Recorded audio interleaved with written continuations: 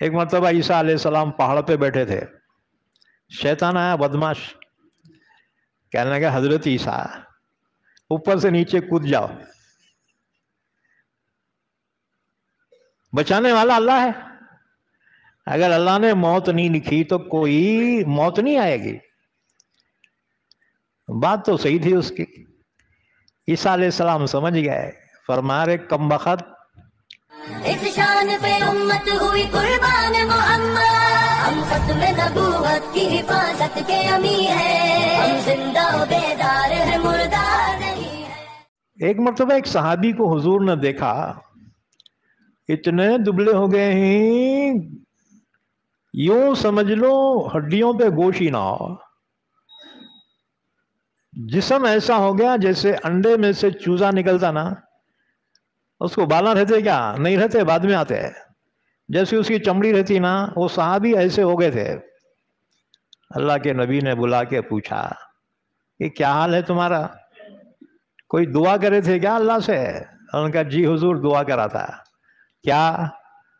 میں نے دعا کیا تھا اللہ آخرت میں جو سزا دینا ہے میرے کو دنیا میں دے دے، آخرت میں نہ کو دے۔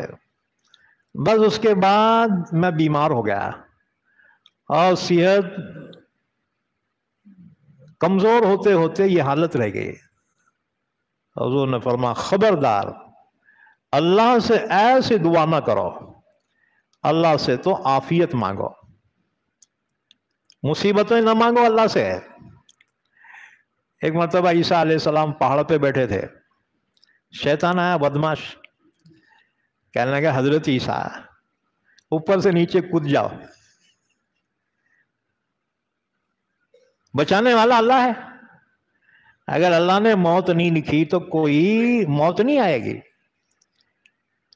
بات تو صحیح تھی اس کی۔ عیسیٰ علیہ السلام سمجھ گئے، فرما رہے کم بخت، اللہ کو اختیار ہے کہ اپنے بندے کو آزمائے، لیکن بندے کو حق نہیں ہے کہ اللہ کو آزمائے۔ آیا تمہارے ڈوکے شریف میں؟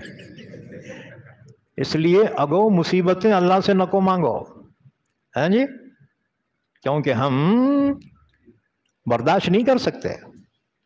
ایک صحابی نے کہا حضور آپ میرے لیے دعا کیجیے اللہ مجھے شہادت کی موت عطا فرمائے۔ حضور نے فرمایا اللہ سے عافیت مانگو، کیونکہ تم برداشت نہیں کر سکتے، ہر ایک کی بس کی بات نہیں شہادت، ہاں جی، تکلیف کو برداشت کرنا منہ کا کھیل ہے کیا؟